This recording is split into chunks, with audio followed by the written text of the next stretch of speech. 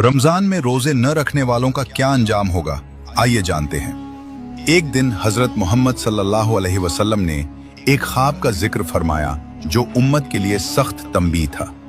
आप सल्लल्लाहु अलैहि वसल्लम ने फरमाया कि दो फरिश्ते मुझे एक बुलंद पहाड़ पर ले गए।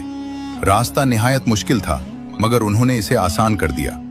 जब मैं चोटी पर पहुंचा तो खौफनाक चीखें सुनाई दी। मैंने पूछा, ये कैसी आवाजें हैं? उन्होंने कहा, ये जहन्नम वालों की चीखें हैं। फिर मैंने देखा कि कुछ लोग उल्टे लटकाए गए हैं, उनके जबड़े चिरे जा रहे हैं और खून बह रहा है। वे दर्द से तड़प रहे थे। मैंने पूछा, ये कौन है? फरिश्तों ने जवाब दिया, ये वो लोग हैं जो रमजान में इफ्तार से पहले जानबूझकर रोजा तोड़ देते थे और अल्लाह के फर्ज की नाफरमानी करते थे।